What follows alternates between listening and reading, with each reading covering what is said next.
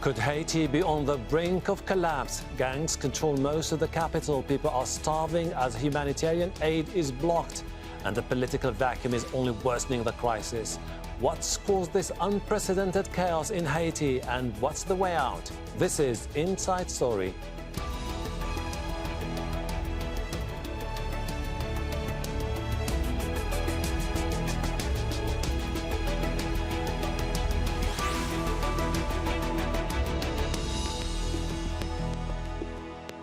Hello, welcome to the program. I'm Hashem Ahelbarra.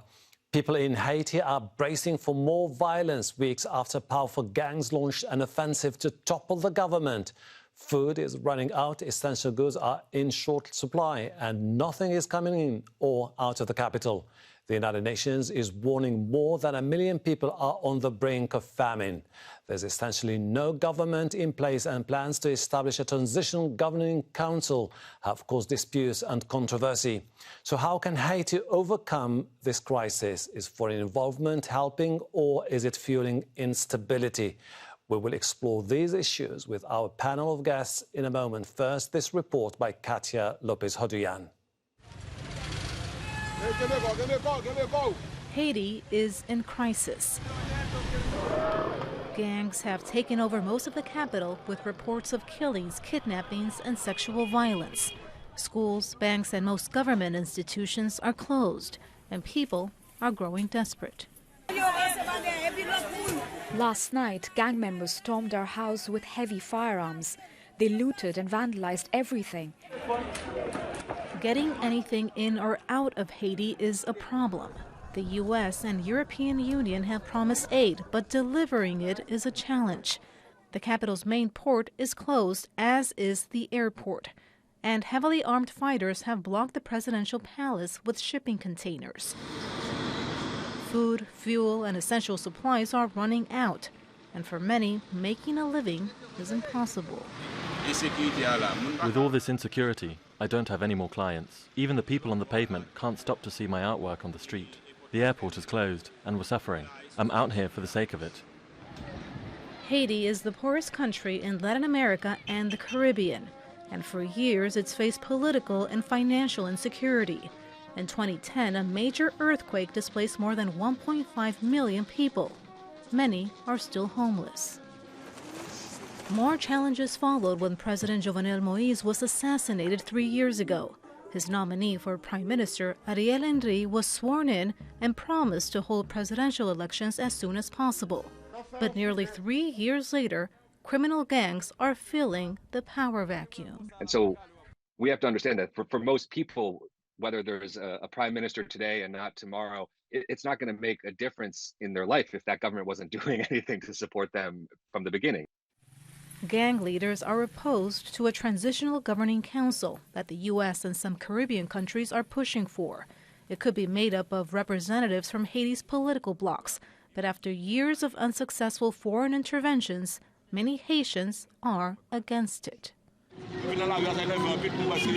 Americans are imposing certain conditions on us to run the country. And this is not normal, because our country's constitution already shows us how to organize ourselves. The governing council would, in theory, pave the way towards elections. Haitians are hoping that will restore stability. But there's also fear it will give gangs another reason to escalate violence. Katia Lopez-Hodoyan, Al Jazeera, for Inside Story.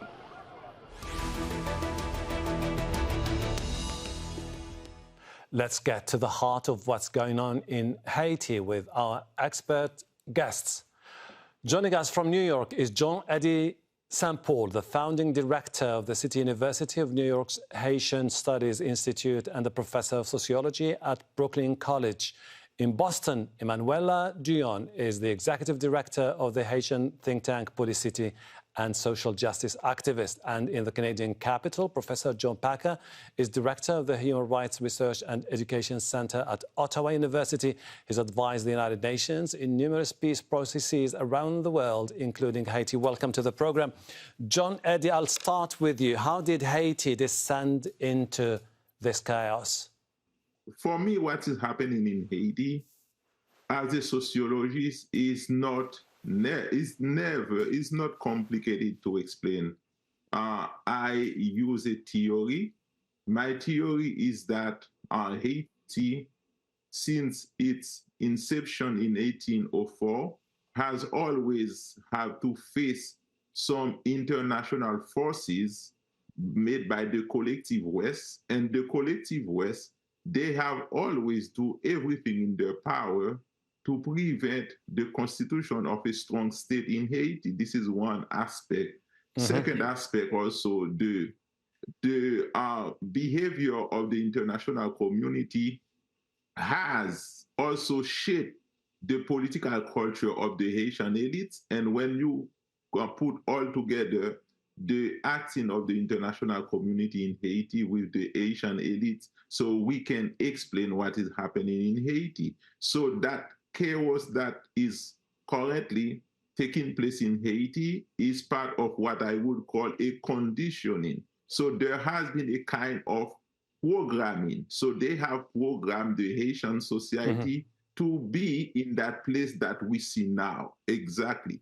Because when we see what they call the gang, actually they are not gang. They are really terrorists terrorizing a population.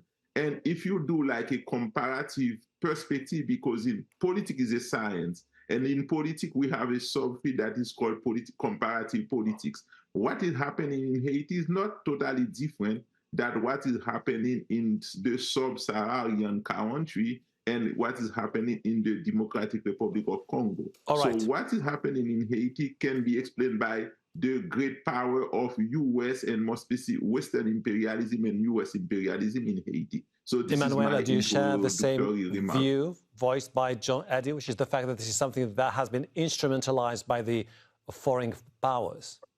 I would say that it's a shared responsibility. On one hand, we have the international community, some powerful countries that have been involved in Haiti for years, and they have promoted ideas, actions that were not effective, and they have been promoting their self-interest in Haiti, meaning by promoting their self-interest, they associated themselves with corrupt Haitian political leaders and members of the economic elite. And this leads us to a situation where there is very few people left to care for Haiti's interests and the interests of the majority of the people.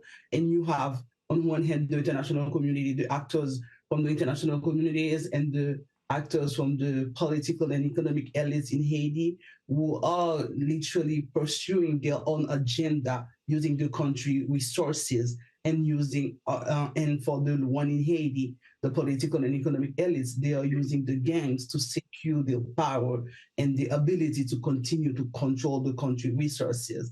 And it's a situation that is detrimental to the people, and it leads us to this chaos we are seeing now. John, is it a failure of the political elite in Haiti?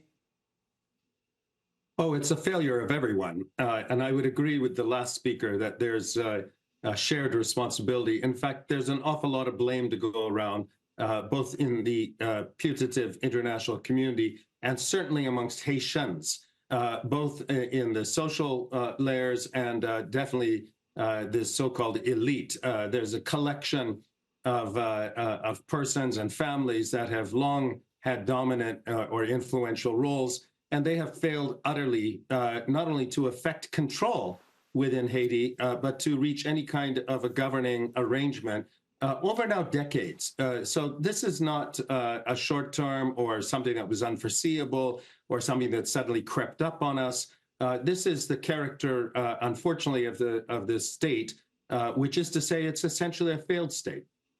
John Eddy, the armed groups or the gangs are now at the center of the debate which is ongoing in Haiti. Do we know who they are? What's their agenda? So this is the agenda, I would say, is to destabilize the country, to produce more chaos, because when we have a chaotic situation, that chaotic situation will always require foreign intervention.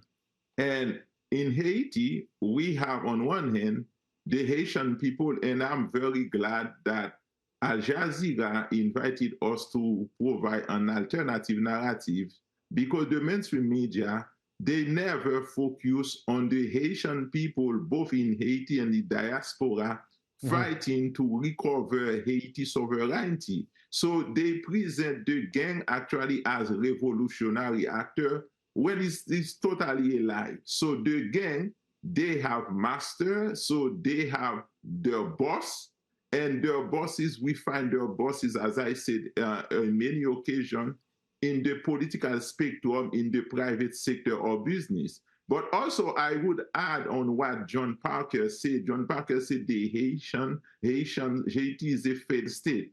I would partially agree with that, but also I will challenge that as I challenge that in an article I wrote, because the failed state is the result of very negative foreign policy that the international community has pushed in Haiti. So, for instance, if we take the economic elite, we don't have economic elite. We don't have a national bourgeoisie. We have a private sector or business. Those people, they consider Haiti as a place to do transaction. But the most important thing, those people, they have strong connection with the politician in Washington. So the United States of America know who they are. The United States of America has an embassy in Haiti, has the last equipped technology. So everything that is happening, the United States of America know exactly what is going on. So for instance, there is a center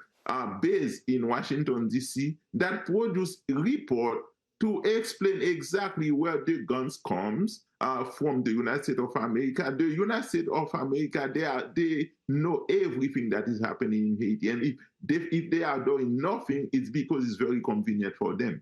Emmanuela, why is it this time that most of the demands voiced by the gangsters resonate among wider sections of the society in Haiti? And people seem to pretty much agree with what Jimmy Cherizier, for example, has been saying over the last few days. I disagree. I don't think there is an echo to what Jimmy Cherizier is saying in the Haitian society. It's quite the opposite.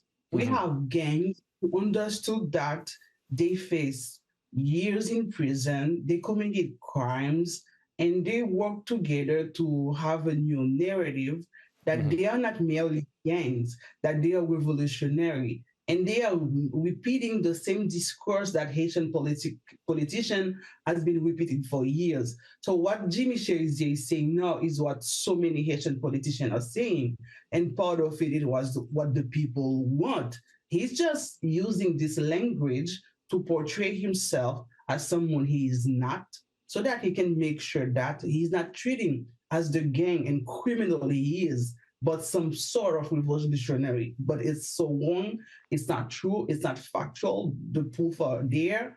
He's a gang criminal. He's been involved in so many bad things in the country. So he's just using this language. And to go back to the question you asked earlier, what's the agenda?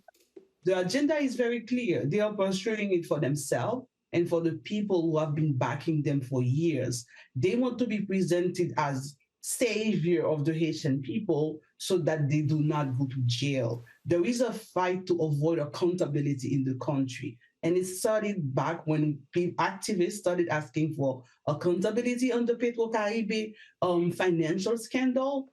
People do not want to go to prison. People realize that people are asking for this. And they are doing everything they can to destabilize the country so that no one goes to jail. That's why they are attacking the prison. That's one of the reasons, and the only reason. And then the second thing the gangs are pursuing is trying to control, to get a hold of power.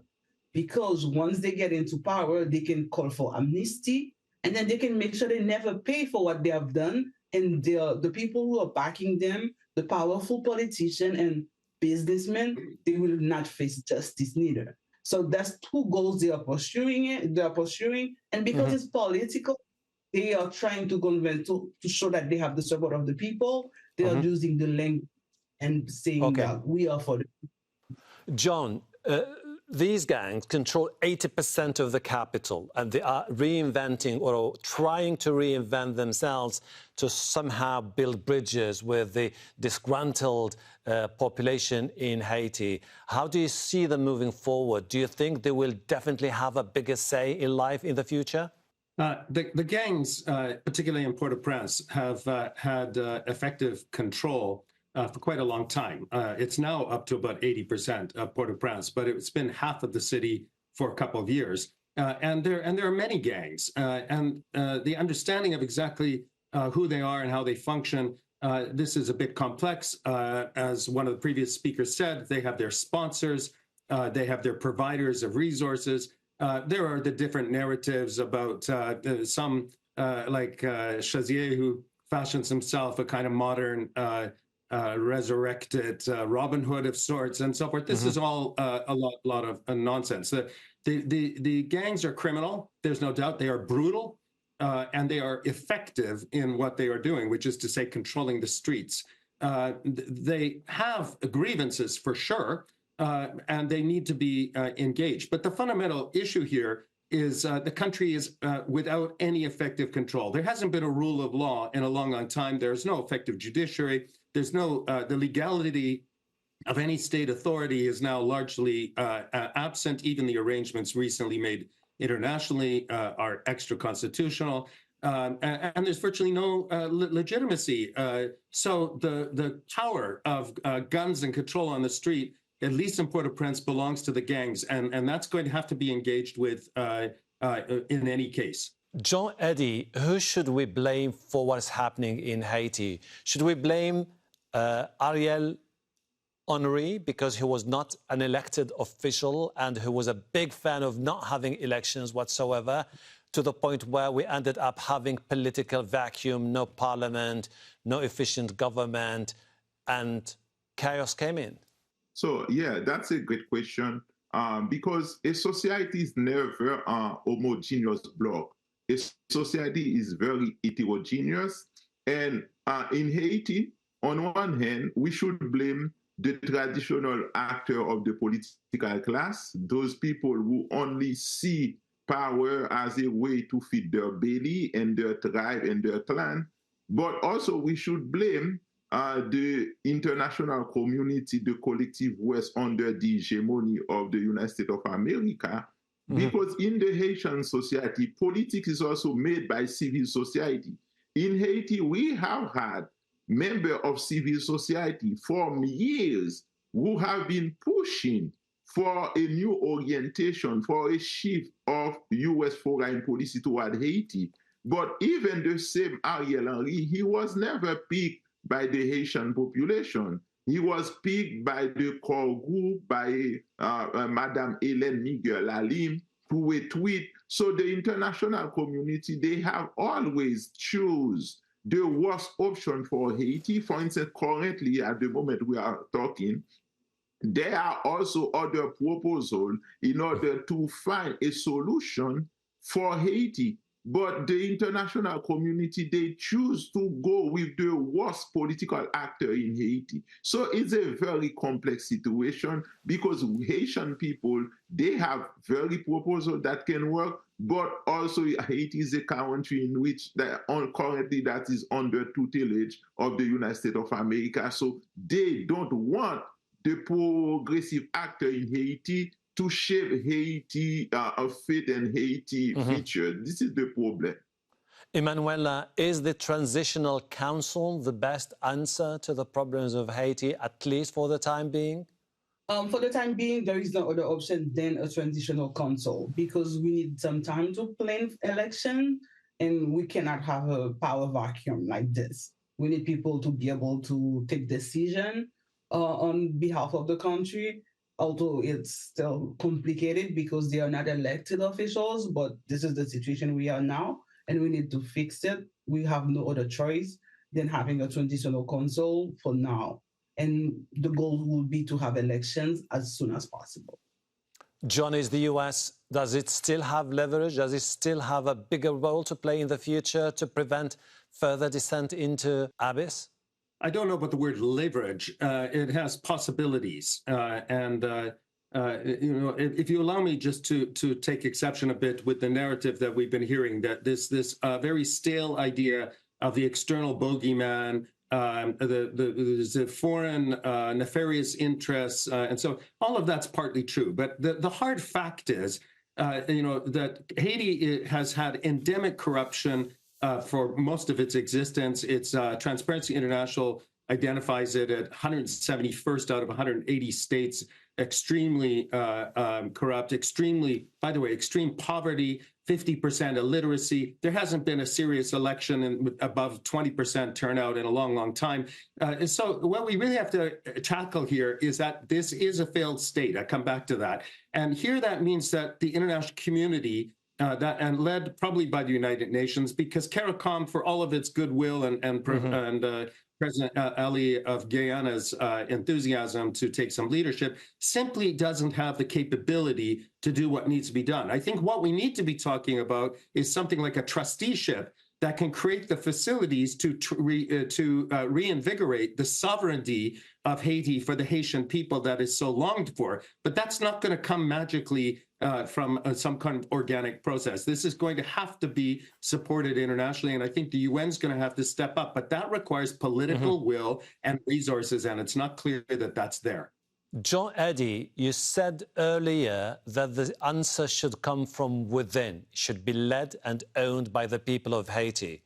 But when you look at the situation on the ground, you have the G9 leader, Jimmy Cherizier, for example, teaming up with the GPEP leader, Gabriel Jean-Pierre, on one hand. You have Gay Philippe, who leads the National Awakening for Sovereignty of Haiti and who is very ambitious about taking over.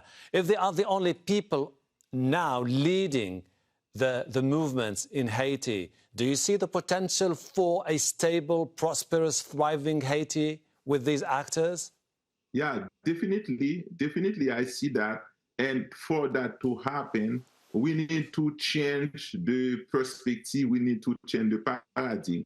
And for instance, we never talk about the negative role of Western mainstream media, because do you know that currently in Haiti, mainstream media, they pay those gangs in order to commit crime, and they can have what we call the premiere. So there is also, a hidden agenda of the mainstream media to always present Haiti as a great laboratory of violence. This is one thing. Second thing, I will challenge the idea of having a trusteeship of Haiti, because Haiti is the only society in the Western Hemisphere that actually had a radical revolution. So Haitian people, they have the solution. Haitian people have the solution, but we always have the metaphor of the white savior. So white people think, oh, this is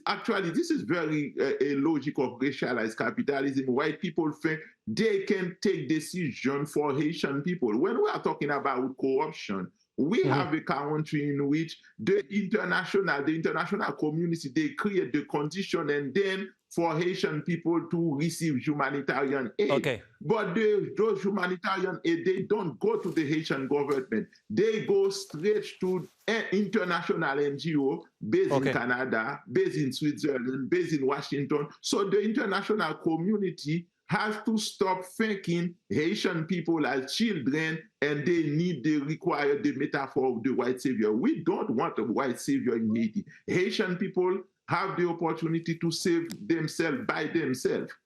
All right, Emmanuela, briefly, if you don't mind, do you think that the assassination of Jovenel Moise in 2021 was a turning point, and that what we see happening now was just one of the ramifications of that event?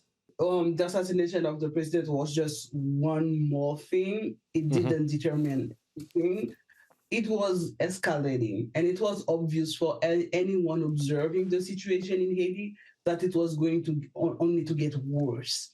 And this is what we're seeing now. The president Jovenel Moise wasn't doing anything while he was in power to fight the gangs, to combat the gangs. He wasn't trying to restore democracy. He wasn't trying to even develop the country. He was mainly trying to buy time in power. And when he was killed, this led us to having no president. So there was that vacuum at the level of the executive, but I wouldn't consider it as a cause of the further deterioration of the situation. John, if we are to unpack what's next for Haiti, the UN, for example, is always a big in favor of an architecture based on a transition followed by an interim government, then an election, and then a transition towards more stability later in phase 2 and phase 3. But how can you put together the elements of a transition when nothing works in the country? You have an inefficient government, a corrupt political elite, a corrupt business community, and you don't have key political parties able to get their act together at this crucial moment for the people of Haiti.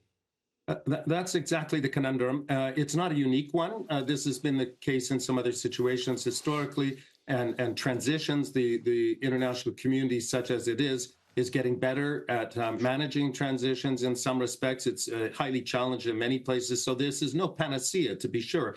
But the option is to face increasingly deteriorating, not just chaos, but really utterly state collapse, and with all of its endogenous and extraneous external effects. So really, this is the only path. I mentioned trusteeship. You can call it what you like. There has to be some kind of actor that provides physical security and stability, and some kind of a basic rule of law around which planning and order can be restored, because that does not exist, not only for the people of Haiti, but for the region, the community of Caribbean states, for example, neighboring states and so forth. This is an international problem, and it needs to be engaged in with vigor and urgency, and that will require security, external security. And by the way, I don't think 1,000 Kenyan policemen are going to be up to the task facing barbecue and the gangs and so forth. That's going to require a much more robust engagement. Extraordinary moment for the people of Haiti. Looking forward to see what happens in the future. John Eddy, St. Paul, Emmanuela Douyon, John Packer, I really appreciate your insight. Thank you. And thank you too for watching. You can see the program again anytime by visiting our website, aljazeera.com, for further discussion. Go to our Facebook page, that's facebook.com/AJ Inside Story. You can also join the conversation on X. Our handle is @AJ Inside Story. From me, Ahelbarra, and the entire team here in Doha. Bye for now.